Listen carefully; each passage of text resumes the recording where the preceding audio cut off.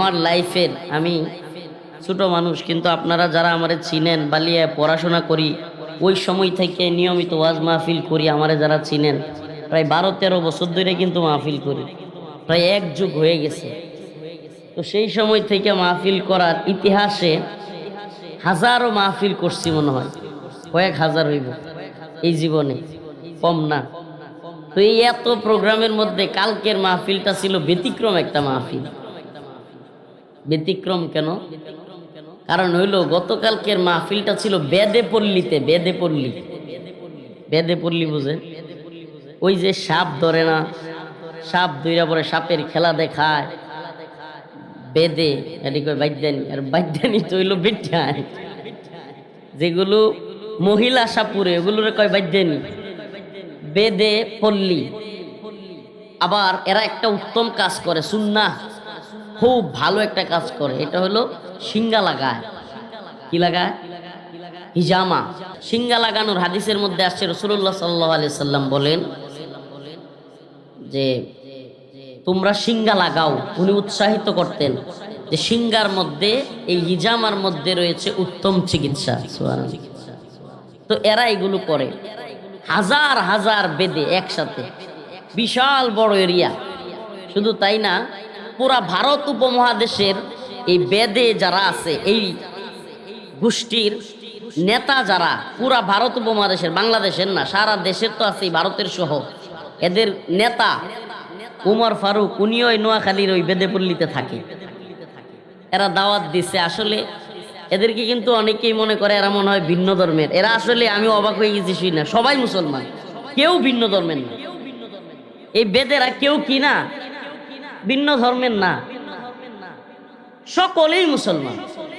তো একটা দাওয়াতি সফর ছিল, খুব এরা খুব মাশাআল্লাহ অতিথি পরায়ণ।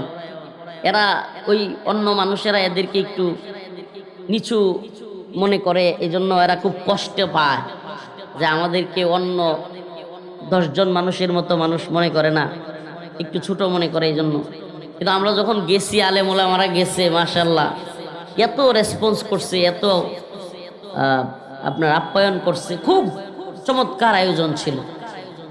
তো এই যে দীর্ঘ সফর, এই কথাগুলো কেন বললাম, যে এই যে দীর্ঘ একটা সফর, সফরের এমন ক্লান্ত, আমি এখনো বাড়িতে যেতে পারিনি। নেত্রকোনায় ছিলাম, পূর্বদলা হয়ে আপনাদের এখানে চলে আসছি, এখন আজকে রাত্রে বাড়িতে যাওয়ার সুযোগ। তো এই জন্য আমি প্রচুর ক্লান্ত। থাক থাক,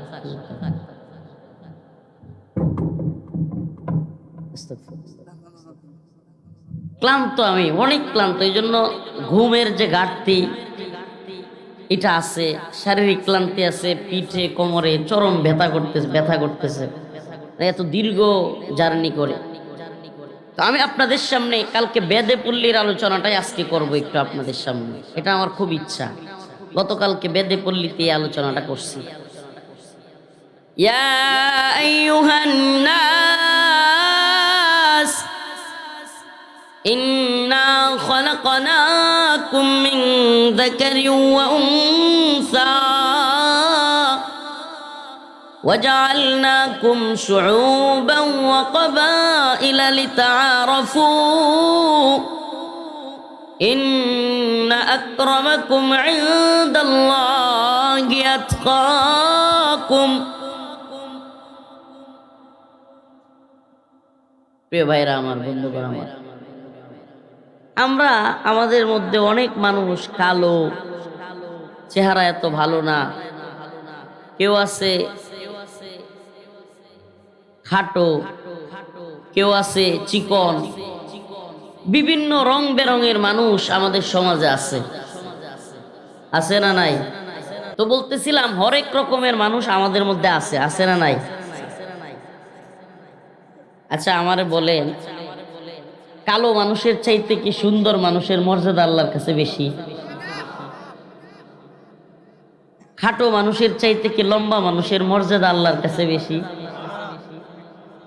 চিকন মানুষের চাইতে মোটা মানুষের মর্যাদা মনে হয় বেশি? হ্যাঁ, আমাদের কিছু মানুষ আছে অনেক কালো, যাদেরকে আফ্রিকান বলা হয়, নিগ্রো, নাইজেরিয়ান, বিভিন্ন দেশের একেবারে কালো। আচ্ছা, ওই আফ্রিকান মানুষের চাইতে কি পশ্চিমা ওই আফ্রিকান মানুষের মর্যাদা আল্লাহর কাছে বেশি? কে চাইনিজ, কে রাশিয়ান, কে আমেরিকান, কে বাঙালি, কে ইন্ডিয়ান, কে ভারতীয়, কে পাকিস্তানি, কে জার্মানি, কে জাপানি, কে কালো, কে সুন্দর, কে লম্বা, কে বেটে, কে মোটা, কে চিকন, আল্লাহ রব্বুল আলামিনের কাছে এগুলো সম্মানিত হওয়ার মাপকাঠি না। আল্লাহ রব্বুল আলামিনের কাছে ওই ব্যক্তি সম্মানী। ইন্না আকরামাকুম ইনদাল্লাহি আতকাকুম, যে ব্যক্তি আল্লাহকে যত বেশি ভয় করে, যে ব্যক্তি আল্লাহকে যত বেশি ভয় করে, আল্লাহর হুকুম পালন করে, আল্লাহর কাছে তার সম্মান, আল্লাহ পাকের কাছে তার সম্মান তাকওয়া অনুযায়ী তত বেশি। তাকওয়া অনুযায়ী আল্লাহর কাছে সম্মান। সুবহানাল্লাহ। তাকওয়া অনুযায়ী। তাকওয়া শব্দের অর্থ কি? আল্লাহর ভয়। তাকওয়া শব্দের অর্থ কি? বলেন, তাকওয়া শব্দের অর্থ কি? এখন যদি কেউ বলে, হুজুর আল্লাহ তো আমার বন্ধু, বন্ধুরে আবার মানুষ ভয় পায় কেমনে? এরকম তরিকার কিছু লোক আছে, নাউজুবিল্লাহ। এরা বলে আল্লাহ নাকি তাদের বন্ধু, বন্ধুরে ভয় পাইতো কে? এখন বন্ধুরে যা মন চাই তাই বলবে, নাউজুবিল্লাহ বলেন। আল্লাহরে কি যা মন চাই বলা যাবে? অসংখ্য আয়াতে আল্লাহ বলেন, ইয়া আইয়ুহাল্লাযীনা আমানুত্তাকুল্লাহ হাক্কা তুকাতিহ, হে ঈমানদাররা আল্লাহকে ভয় করো। ইয়া আইয়ুহাল্লাযীনা আমানুত্তাকুল্লাহ ওয়া কুলু কাওলান সাদীদা, হে ঈমানদাররা আল্লাহকে ভয় করো, সঠিক সত্য কথা বলো। সুবহানাল্লাহ। ইয়া আইয়ুহান নাস উবুদু রাব্বাকুমুল্লাযী খালাকাকুম ওয়াল্লাযীনা মিন ক্বাবলিকুম লাআল্লাকুম তাত্তাকুন, হে মানুষ, উবুদু রাব্বাকুম, তোমরা তোমাদের রবের ইবাদত করো, লাআল্লাকুম তাত্তাকুন, যাতে তোমরা মুত্তাকি হইতে পারো। মানে অনেক আয়াতে আল্লাহ তাআলা ওনার ভয়ের কথা বলেছেন, তাকওয়ার কথা বলেছেন। আজকে আমাদের সমাজে যত সমস্যা, সুবহানাল্লাহ, যদি এই একটা বিষয় আমাদের অন্তরে থাকতো, আল্লাহর ভয়, তাকওয়া, সমাজের সমস্ত সমস্যা মিটে যেত। অন্যের জমির লাইল কেটে লায়, অনেক চাচারা আছে না, আল্লাহর ভয় থাকলে কাটতো। কারো জিনিস চুরি করে নিয়ে যায়, এরকম লোক আছে না নাই? আল্লাহর ভয় যদি থাকতো যে আল্লাহর কাছে আমার হিসাব দিতে হবে, আল্লাহর কাছে আমার জবাব দিতে হবে, কারো জিনিস চুরি করতো? দুর্নীতি, সুদ, খুন, গুম, নির্যাতন, নিপীড়ন, মানুষের উপর অত্যাচার, এগুলো কোনো ব্যক্তি যদি আল্লাহর ভয় অন্তরে থাকতো করতে পারতো? আল্লাহর ভয় এটা খুব জটিল জিনিস, গুরুত্বপূর্ণ জিনিস। সাহাবাই কেরামকে, সালাফদেরকে যদি কোনো ব্যক্তি প্রশ্ন করত, আমাকে একটু নসিহত করেন, উপদেশ দেন, ওনারা খুব ছোট্ট ভাষায় নসিহত করে দিতেন, ইত্তাকুল্লাহ, আল্লাহকে ভয় করো। সুবহানাল্লাহ। কি বলতেন? ইত্তাকুল্লাহ, আল্লাহকে ভয় করো, আর কিছুই না, আল্লাহকে ভয় করো। যেই ব্যক্তির অন্তরে আল্লাহর ভয় আছে, সেই ব্যক্তি কি শীতের রাইতে কম্বল নিয়ে ফজরের নামাজ বাদ দিয়ে ঘুমাইতে পারবে? বলেন, ঘুমাইতে পারবে? যেই ব্যক্তি জানে ওয়াকুল্লুহুম আতিহি ইয়াওমাল কিয়ামাতি ফারদা, আল্লাহ পাক বলেন এক এক করে, কয়জন করে? এক এক করে আল্লাহর কাছে দণ্ডায়মান হইতে হবে। ও শাহাবুদ্দিনের ছেলে রফিকুল ইসলাম, ও মুখের ছেলে অমুক, প্রত্যেককে আল্লাহ এভাবে ডেকে ডেকে জিজ্ঞেস করবেন। যদি আল্লাহর কাছে দাঁড়ানোর ভয় থাকে, কোনো ব্যক্তি পাপ করতে পারবে না, জুলুম করতে পারবে না, নাফরমানি করতে পারবে না। পারবে? প্রিয় যুবক ভাইদেরকে বলি, হাসির জন্য না, আমি এটা ইদানিং বলতেছি, বেশ এটা শুধুমাত্র আপনাদের একটু দুষ্টামির জন্য কিংবা হাসির জন্য না রে বাবা। এই বর্তমান সময়ে অনেক যুবক আমাদের কাছে আসে, হুজুর খুব পেরেশানির মধ্যে আছে, খুব পেরেশানির মধ্যে। কি হইছে?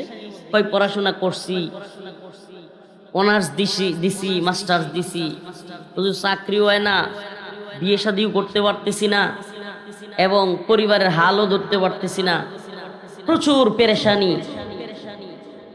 এই যে পেরেশানি, এই যে এক ধরনের মুসিবত, অনেক যুবক আমাদের কাছে আসে, তাদের হালাত আপনাদের সামনে বলতেও পারবো না। আমাদের মা বোনেরাও শুনছে, অনেকেই শুনছেন। শুধু এতটুকু বলি, এরা এক অন্ধকার জগতে ঢুকে যাচ্ছে। এদের কেউ এই সময়টাতে চাকরি না পেয়ে, বিয়ে করতে না পেরে নাউজুবিল্লাহ আল্লাহর নাফরমানিতে ঢুকতেছে। এই ছোট্ট এক স্মার্টফোন অন্ধকারের এক জগতে ওদেরকে নিয়ে যাচ্ছে। ফরেন ইন্ডাস্ট্রির এক খারাপ জগৎ এখন এত সহজলভ্য হয়েছে। ইন্টারনেটের এই গতি, 4G 5G এর জামানায় যুব সমাজ নিজেদের জীবনকে অকাতরে, নিজেদের তাকওয়া বিলীন করে দিয়ে নিজেদের জীবনকে ধ্বংসের দিকে নিয়ে যাচ্ছে। সেই ছোট্ট রুমের ভিতরে, কম্বলের ভিতরে, রুমের দরজা লাগিয়ে সে কি গুনাহ করতেছে আপনি আমি কেউ জানি না। এমন অসংখ্য যুবকদের কারগুজারি আমরা জানি, শুনি। এই যে যুব সমাজ এই অন্ধকার জগতে চলে যাচ্ছে, এই দায় শুধু ওই যুবকদের নয়, এই দায় এই সমাজের, এই রাষ্ট্রের, এই সিস্টেমের সবকিছুর দায় আছে, সবকিছুর দায় আছে। এক্ষেত্রে আমার যুবক ভাইদেরকে বলবো, প্রিয় যুবক ভাই, আমরা বুঝতে পারি এটা এই সিস্টেমের সমস্যা। এই সিস্টেম এমন এক সিস্টেম যে এখানে লক্ষ লক্ষ যুবককে বেকারের নাম দিয়ে ফেলে রাখা হয়েছে। শিক্ষিত যুবক বেকারের অভাব নেই। সমাজের মধ্যে এক ধরনের বৈষম্য তৈরি করা হয়েছে। যে টাকাওয়ালা ও আরো টাকা কামায়, যার নাই ওর কিছুই নাই। এমন এক সিস্টেম তৈরি করা হয়েছে, এমন এক অবস্থান তৈরি করা হয়েছে। এই সমাজ থেকে আমাদেরকে মুক্তি দিতে পারে, একমাত্র আমাদেরকে মুক্তি দিতে পারে কোরআন সুন্নাহ অনুযায়ী রাষ্ট্র ব্যবস্থা। কোরআন সুন্নাহর রাষ্ট্র ব্যবস্থা ব্যতীত আল্লাহ পাক বলেছেন এই ব্যবস্থার কোনো পরিবর্তন হবে না। তবে আপনাদেরকে আমি নসিহা করব, আপনাদের প্রতি আমার ভাই হিসেবে উপদেশ থাকবে যে আল্লাহর দিকে ফিরে আসেন, সবর করেন। আল্লাহ পাক বলছে যে আইয়ুহাল্লাযীনা আমানুস্তাঈনু বিস-সাবরি ওয়াস-সালাহ ইন্নাল্লাহা মা'আস-সাবিরিন। যে ব্যক্তি আল্লাহর কাছে নামাজ এবং সবরের মাধ্যমে চায়, আল্লাহ তাআলা তাদেরকে দান করেন। নামাজ এবং সবরের মাধ্যমে আল্লাহর কাছে চায়, আমরা নামাজ পড়বো, সবর করবো ইনশাআল্লাহ।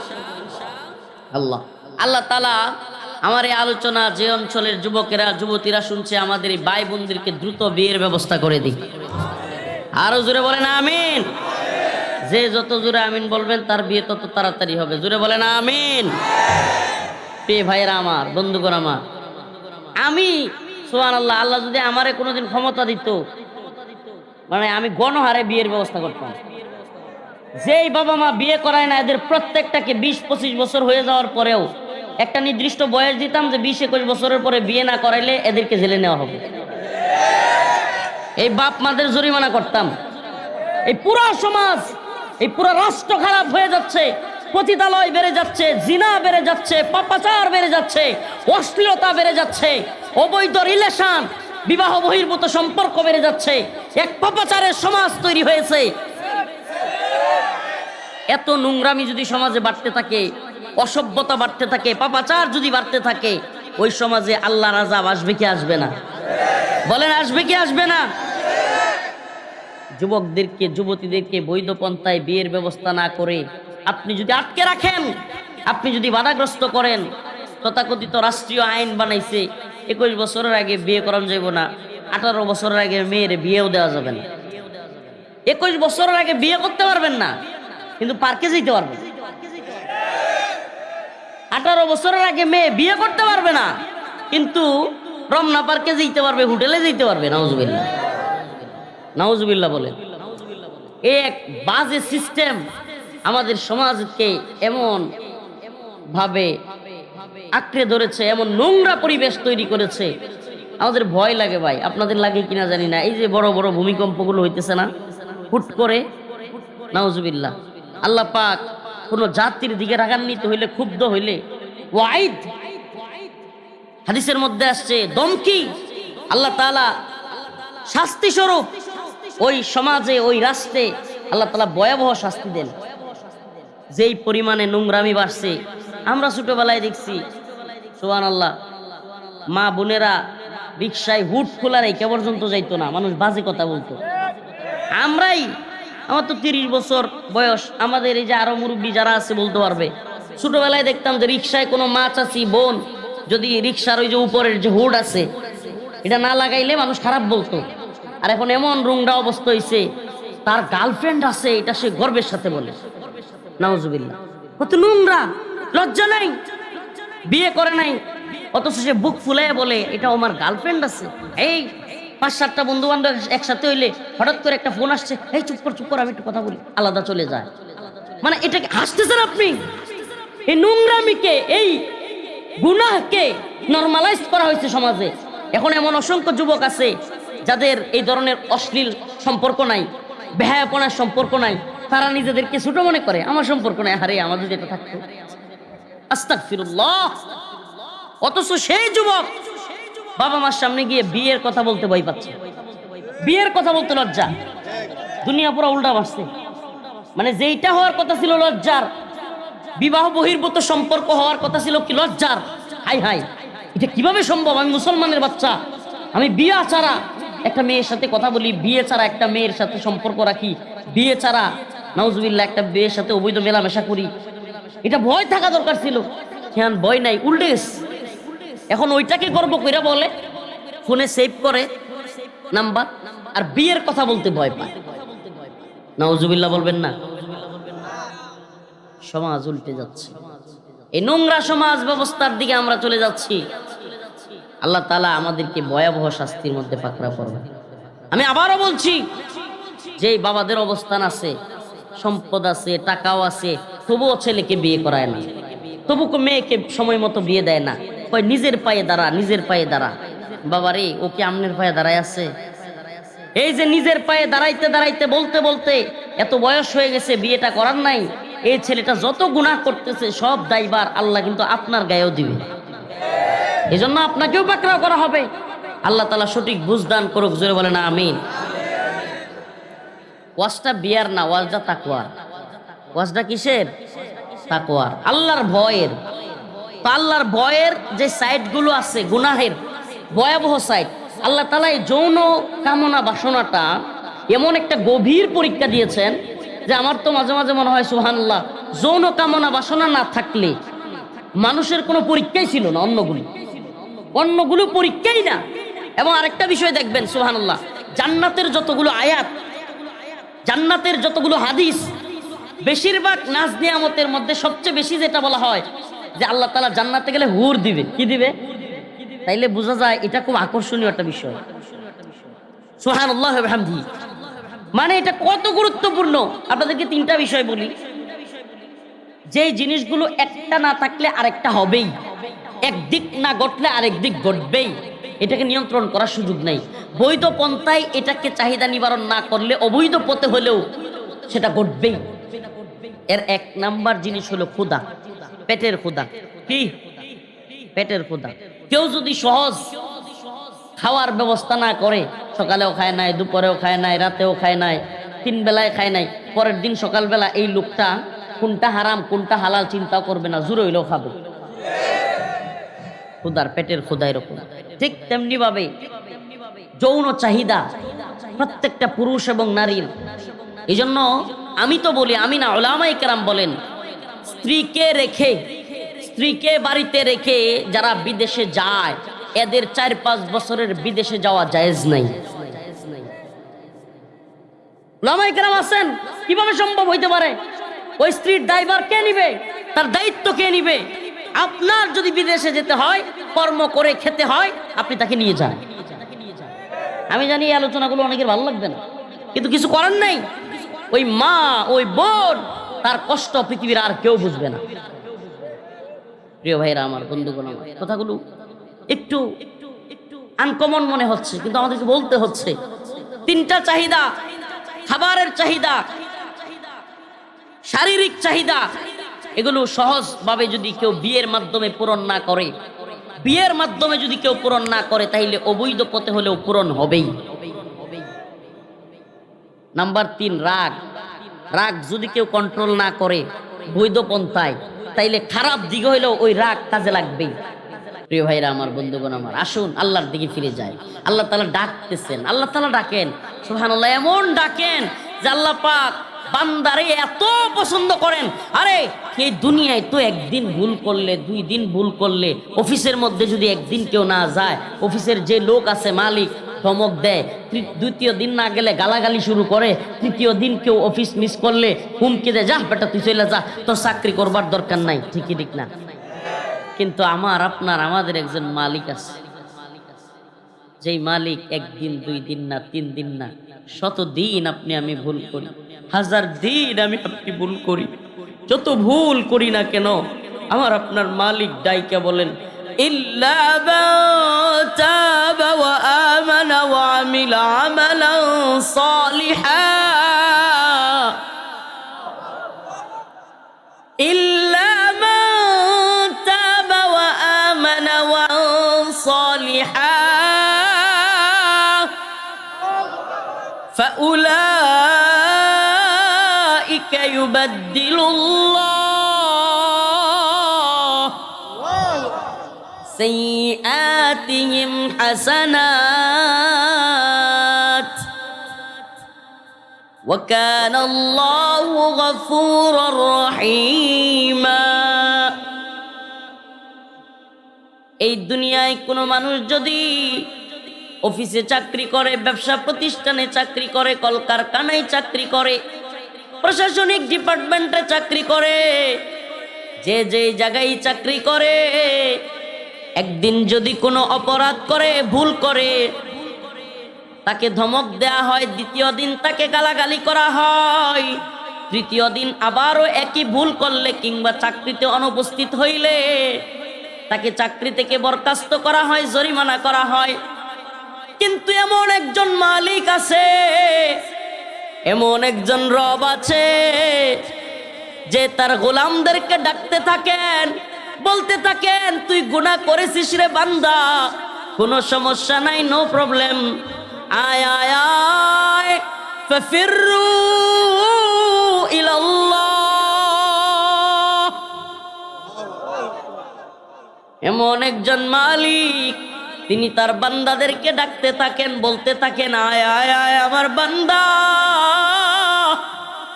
ওই কম্বলের ভিতরে একা একা করা গুনাহ পৃথিবীর কেউ না দেখুক, আমি তো জানি, তুই আমার কাছে ক্ষমা চা, আমি ক্ষমা করে দেব।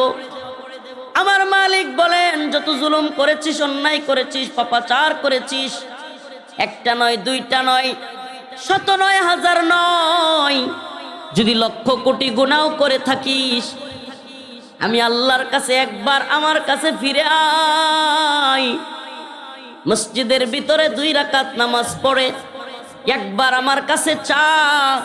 আল্লাহ বলেন, ইল্লা মান তাবা ওয়া আমানা ওয়া আমিলা আমালান সালিহা ফাউলাইকা ইউবাদদিলুল্লাহু সাইয়্যাতিহিম হাসানাত। আল্লাহ বলেন, 1টা 2টা না, 100 না, 1000 না, লাখো কোটি গুনাহ যদি আমার কোনো বান্দা করে ফেলে, আর যদি অন্তর থেকে তওবা করে, তাওবাতুন নাসুহা, আল্লাহ আর গুনাহ করব না, মাফ করে দেন, রব্বুল আলামিন ভুল হয়ে গেছে, মাফ করে দেন। আল্লাহ বলেন, আমি তার কোটি গুনাহ মাফ করে, লাখো কোটি গুনাহকে সওয়াব দ্বারা, নেকি দ্বারা পরিবর্তন করে তারে মাফ করে জান্নাতে দিয়ে দিব। লাখো কোটি গুনাহ, হায় সুবহানাল্লাহ।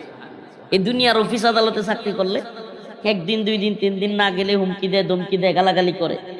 আল্লাহ বলছে, লাখো গুনাহ করে আমার কাছে আয়, আয় তবু আয়, আইলিছে। সুবহানাল্লাহ।